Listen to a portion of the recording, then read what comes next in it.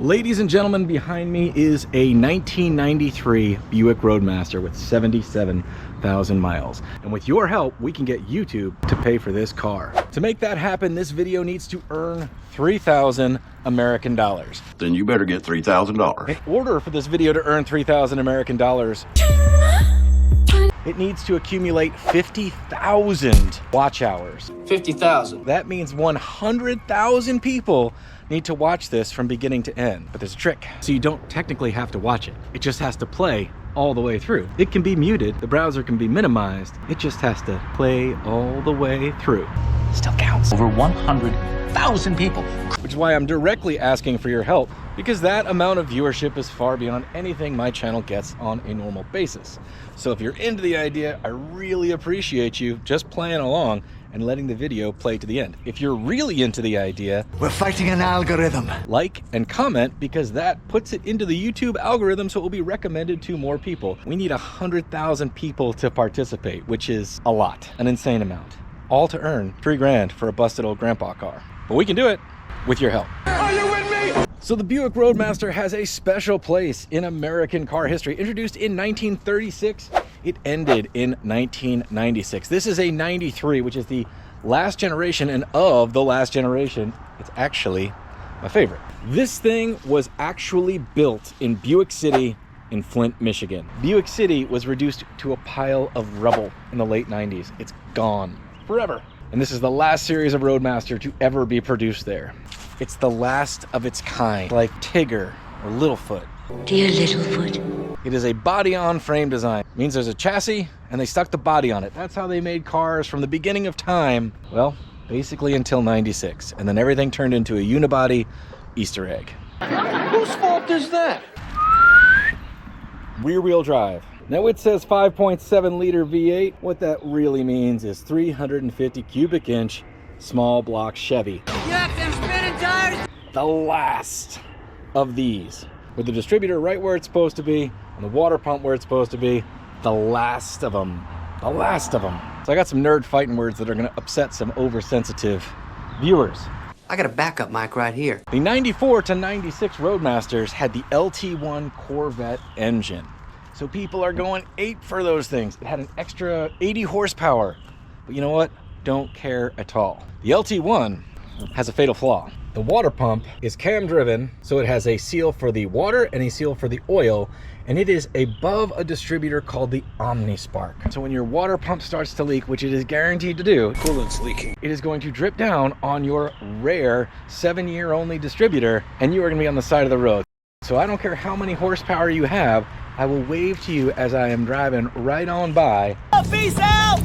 It's not broken down because this engine has the distributor where it's supposed to be. Definitely not under a water pump. Yeah, I said it. Looking at it from here, I keep passing by it from this angle, and the shape of it is pure nostalgia for me. When I was a kid, you drew a car by doing that. Had bumpers and everything. They weren't shaped like Easter eggs. Kind of looks like an egg. These days, if a little kid draws a car, I don't know what the shape is. But to me, when I grew up, that's what it was. Got a bumper with some chrome. Hood ornament. It has opera lights, for crying out loud. Wire wheel hubcaps. I was told it did indeed run, but it arrived here by tow truck. So we've got to dive in. Let's give this whole thing a once over top to bottom and see what it's all about. So I believe this color was called Grandpa Maroon. Oh, wow. It's okay. I mean, I think it would buff out all right, but we got some dents, some touch-ups. Somebody has peeled off the "don't wang my door" at the grocery store bumpers. I guess that's pretty shiny. Maybe we get some adhesive remover. Somebody couldn't figure out where the key actually went. It goes here. For those of you millennial folks out there, key is a stick with a lot of jagged edges, and it goes in the hole. It's what you do with the bloop bloop button now. It makes your horn go off. This is essentially the same body as what became the Impala and Impala Super Sport. The difference was the Impala does not have this little wing window, and this wing window is so that this window can actually go all the way down. Stylistically, it's not great, but the fact that this window can go all the way down is definitely my preference. On the Impalas, where it's a single piece window, the window only goes down about halfway because of the cut of the door. Well, this is where Grandma got angry and whanged it with a baseball bat. You lying, cheating bastard. Apparently some kind of punk rocker with a spiky belt was sitting up here and sliding all around because It's got a billion little scratches. The gas cap normally goes behind the license plate holder, but that apparently got ripped off in some sort of Hulk type incident because that is all bent up. Looks like it used to be used to be a power antenna, but I guess it went through the car wash one too many times. We have 3 white walls. 1, 2, 3. Wah, wah, wah. Maybe you guys know what this used to be. Something Chevy, something Virginia. Guess it was first sold in Virginia. It would appear like the trunk. Oh, it's not open. Oh, okay. It used to be tied shut. Oh, hey, look. Here's all the little bumper things that used to be stuck to the doors, so they can get restuck. It's actually really not bad in here. Is this our other white wall? Nope. A Goodyear Wrangler. Actually, Goodyear Wrangler tires would look weirdly cool on this thing. Let's see. Woo. It'll buff out. You can easily put 28 bags of golf clubs in here and your hover around scooter. Okay, so there's an electronic trunk release of some kind. Man, that's hammered. Will it close? Whatever that is.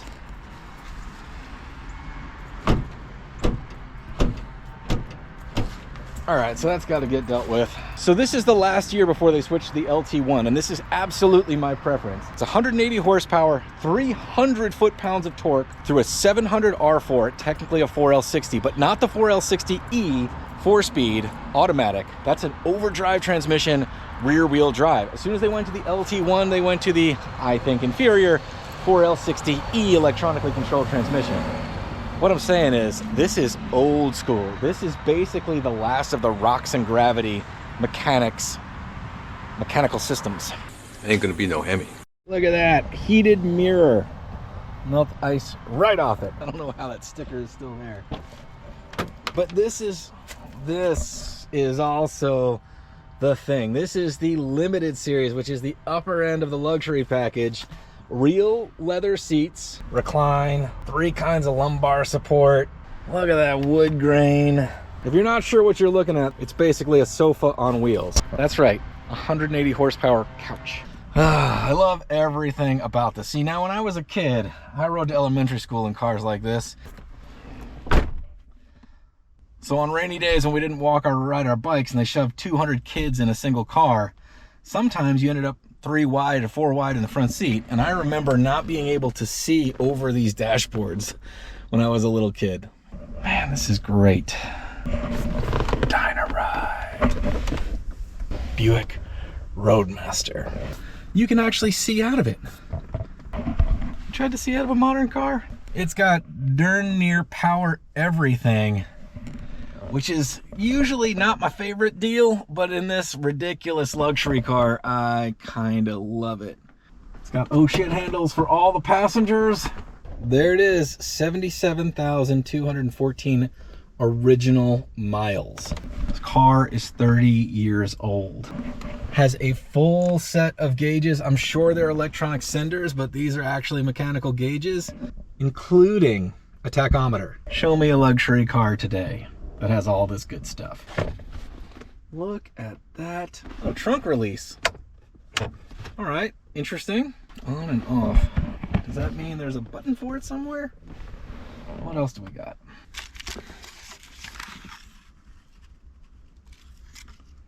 Buyer's number or... Wait a minute. 93 Buick. $1,500. When was that? Missouri School Auction. Here's a Walmart receipt from April 12th, 2011 from Lurie, Virginia. No way. I think this is the shopping list for that receipt. It absolutely is. Razors, shaving cream, dish detergent, Barbasol, Ajax. Wow. I guess this person achieved their goal. That's super neat. What's down here? Anything down here? Any fuses or something? What's in here? Man, it's got a coin holder. When was the last time you saw one of those? Nobody carries cash anymore. Cassette tape holder. Oh, so it's got a cassette player. Didn't even realize. That's awesome. Wait a minute. If that's not the ashtray, It's 93. There must be ashtrays in here somewhere. There we go. Couldn't figure out how it worked. Slides out like that. Look how much. It's got your cigarette holders, cigarette lighter. Man, that's awesome. Man, this is so comfortable. If I fall asleep, just wake me up. Already sold. We haven't even started it up yet. So here we go. It's got the original owner's manual. I mean, this thing was cared for. I'm trying to find out where I would find the options. So we'll check the door, we'll check under the hood, we'll check all the things here in just a minute. The original sales slip is still in the car. I can't show you the whole thing because it has a social security number on it, but I'm gonna show you this lower part right here, which is, this car was $26,896. He traded in a 1985 Pontiac. So the total unpaid balance was $20,700.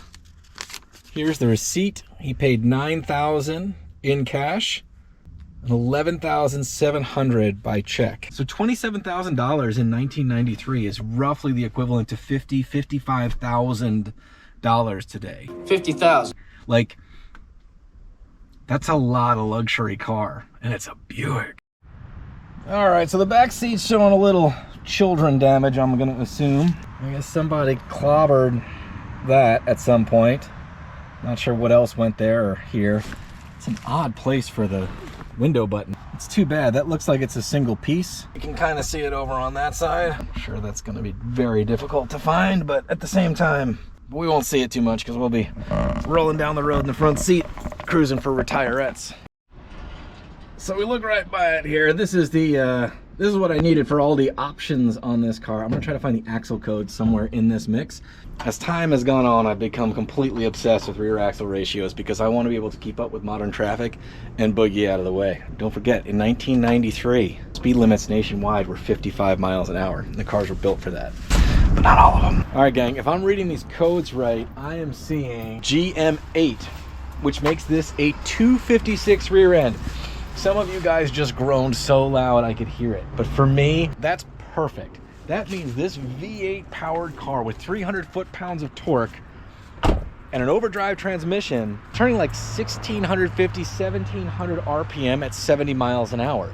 Considering 70 miles an hour is a speed limit in a lot of places, that means we got a long way to go up, and I'll bet this thing will do the full boogie. It's doing 80 at 1800 RPM on these stock 15-inch tires. That's a V8 powered rear wheel drive classic American car that can keep up with modern traffic like that. And if you guys watch the channel, I mean, this is my daily driver, and this is the type of thing that I enjoy driving, but I'm constantly working to make it work like an old car, but also keep up in modern traffic so that I don't get run the hell over. So far on paper, this has everything that I like to put into the classic cars I build, or hope to put into them at some point. I've got an old school engine that's easy to work on. It's rear wheel drive. The gear ratio, in my opinion, is exactly what I'm always searching for so I can keep up with highway traffic. This thing has AC and heat. Of course, this is all on paper. We don't know if any of it works. Maybe it's time to fire it up, see what we got. I mean, this small block Chevy, it really is my love language at this point. It's a vintage motor that still works very mechanically despite even the fuel injection, which honestly, I don't think it's really fuel injection. I think that's kind of a exaggeration on Buick's part. I think this is really throttle body injection. If you just look at it, the valve covers, it's clearly the 86 till 93 small block, which is a one-piece rear main seal and these different valve covers. But other than that, it has so much in common with the 1955 to 1986 small block. Just think about that many years. If you pull over and need a water pump, every store is gonna have it. Distributor caps, plugs, alternators, like everything is just on the shelf because this generation of engines was built for so long. If you've been following the Nissan build, I'm stuck waiting for parts to come in from somewhere on eBay because I couldn't find basic ignition parts anywhere locally. Let's do what we would normally do. I don't know how long this thing's been sitting. I think it's been a while, so I want to just check all the fluids, make sure that we don't cause any damage trying to start this thing up.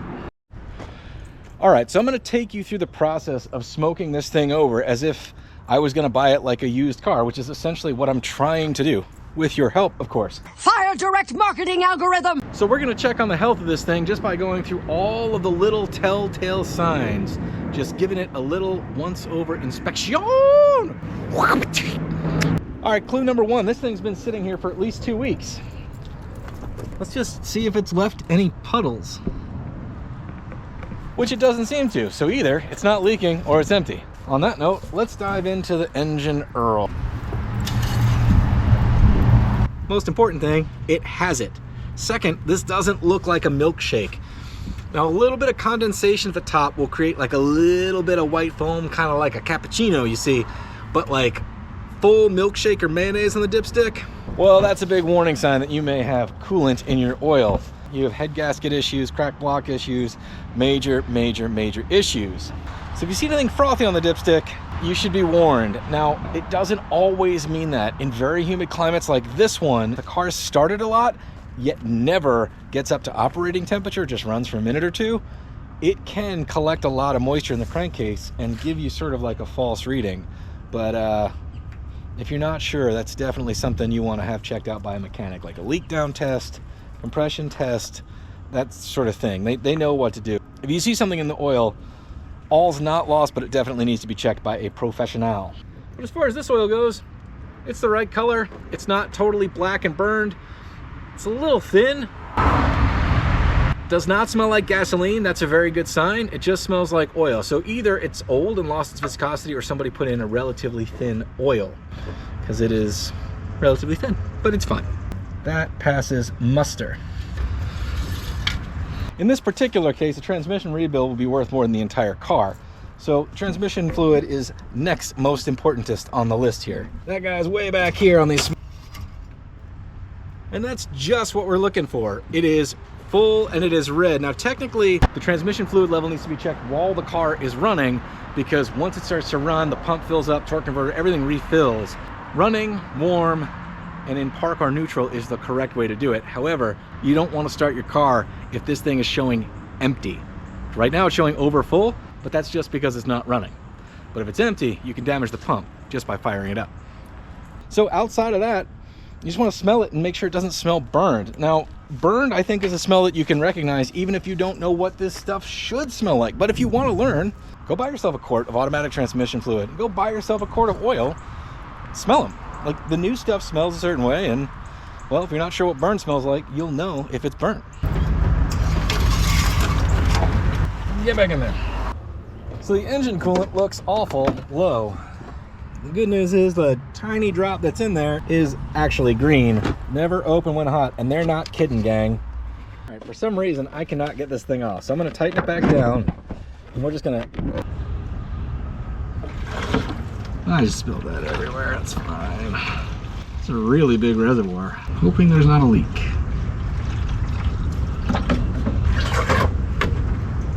That's absurd. That is the largest windshield washer fluid reservoir I have ever seen in my entire life. It is larger than the coolant reservoir. Apparently when you were cruising down the road, you needed to be able to get every bug, mosquito, and pterodactyl that hit the windshield right off it. That is incredible. In fact, you know, I did notice something in here. I think it's worth pointing out all of a sudden now that I've seen that. Low coolant, low oil, low fuel, low washer. Apparently they give all of those equal gravity. Bugs on this windshield? Not today. We're gonna do a quick check of the brakes. Brake fluid is clear when it comes out of the bottle, but we can also learn a couple more things by diving into the master cylinder.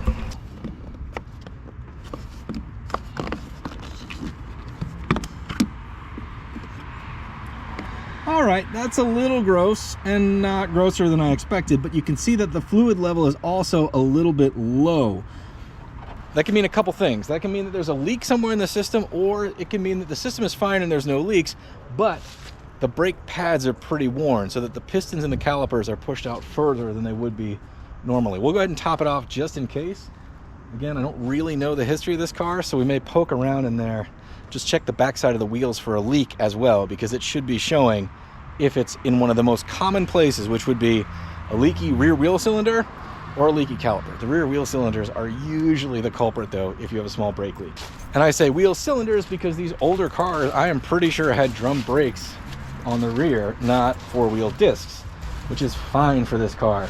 I don't know if you guys can see over there, but there is nothing dripping down the tire. You would normally see it right down the center of the wheel. It just would drip inside the brake drum, drip down the center. So while we're laying here on the ground, I'm just trying to take a closer look because I didn't realize it was a Virginia car, which definitely has a greater salt risk than, say, anything that stayed here in Georgia its whole life, because we don't have salt trucks. Front tire is definitely low too. But yeah, it just looks like a car under here. Next. So this tire looked pretty low, and looking at it much closer, it is cracked and dry rotted. So it probably needs a set of tires from sitting. So we should add another 500 American dollars to this project, which is like another 10,000 watch hours. So if you guys are participating, thank you so much. It'd be ridiculous if this works. If it doesn't, we'll figure out what to do, right? All right, here we go.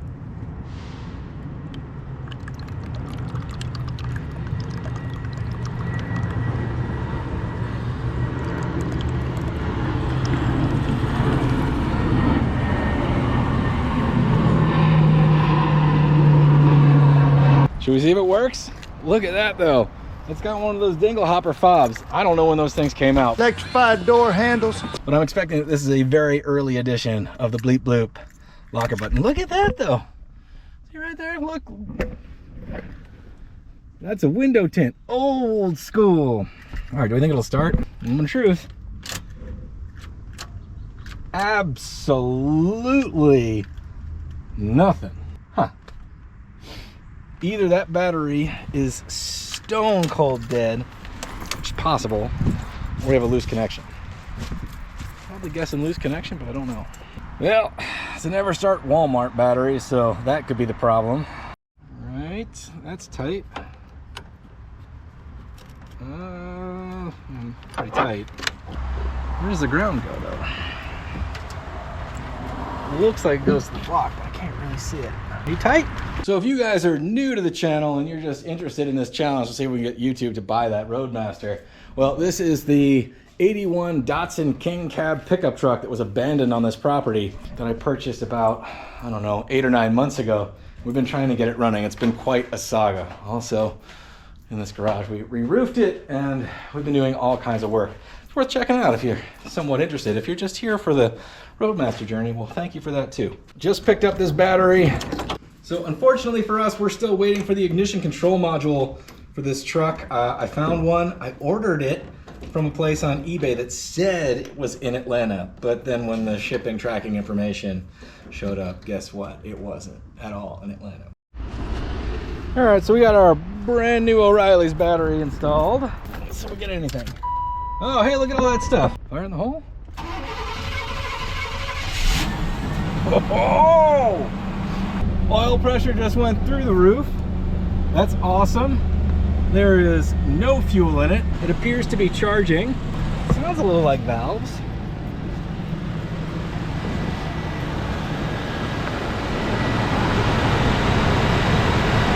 Wow.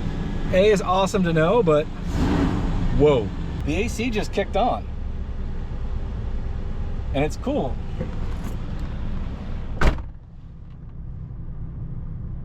Hear how quiet it gets?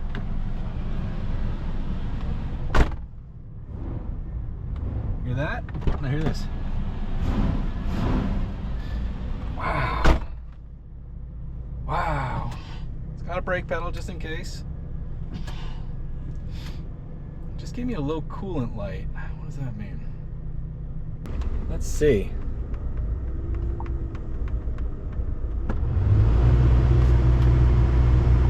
I guess that's max AC.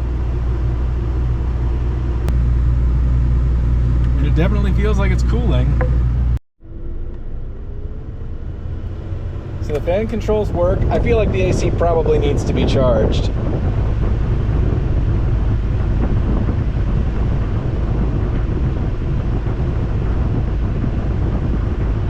It's working, but it's not like ice cold, but who knows? This car's clearly been sitting for a while. Windows work, do we think? Is that electronic mirrors? Oh no, that's the seat. Wow. I thought I was gonna move the mirror and it moved my butt. Dang. That one works. That's what I'm talking about. I like that that window goes all the way down. Which, if it didn't have that little divider, it wouldn't be able to go down because it would hit where the wheel well is cut out. How about you guys?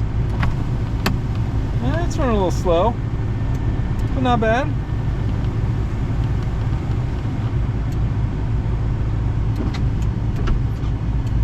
Oh, it doesn't want to go all the way up. What's up with that? We'll deal with that. Come on, buddy. Not really sure what's up. Let me shut it down. If that built pressure, then it should pull from the reservoir, in theory. Also, it had a little bit of what sounded like a power steering whine, so let's check that out. Probably used just a little bit of it. It's pretty awesome. The coolant was actually low. I popped the radiator cap off. It is now filling up from the reservoir. I think this thing was just a little stuck, so everything should be in working order as soon as this fills up. Let's go ahead and hit that pretty hard. All right, I am dying to drive this thing, so we got to get this tied back down, I guess, and then I gotta add some gas to it because I believe the gauges are reading right. Even the low coolant sensor was accurate, which is great. Got a few gallons. We have no tags. We're not insured, so we can't go roaring down the highway, which is unfortunate because I really think this thing be like riding on a cloud. If I do the gear ratio math on 256 rear end overdrive transmission, this thing could do a 90 without flinching at like 2,000, 2,100 RPM. I mean, without flinching. So my buddy brought this thing over for his 52 Ford. I'm just borrowing it, it's fine. I hate most modern gas cans, but this thing's growing on me. Got a little doohickey down there at the bottom. You just jam it in the hole and just push this button down and gravity and ventilation do the rest. I went to go tie the trunk shut and I closed it and it did the self-latching thing. I wonder if this works. Do you work? I don't know if the battery works. Dang. I know most cars don't have keys anymore, but like this is old school. GM square key for the ignition, GM round key for the doors and the trunk. Now watch this though. You close it and it sort of like pulls itself vacuum sealed shut.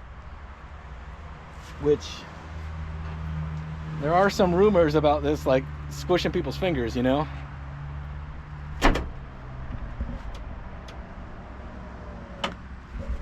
I guess you can't close the trunk if there's a dead battery. Wow. All right. We got like 3 gallons in it. We're going to have to go on some kind of cannonball run because what we're doing is illegal. It's neither insured nor registered. And obviously there's no license plate on it, but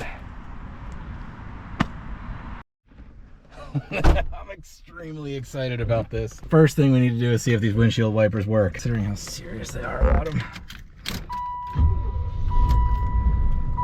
All right. Oh yeah, we left the AC on. That's cruise control. That's cool. You gotta be kidding me. I don't know if I just turned it on. Oh, there we go. Oh, there we go. All right, the windshield wipers are shot. My bad. Nobody tell my buddy I just scratched his windshield.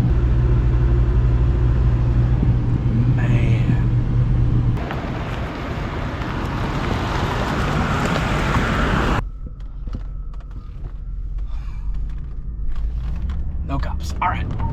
Whoa, that just, I was a little excited. I wasn't really trying to get on it, but it just laid a little rubber coming out of the driveway. Oh, hell yeah.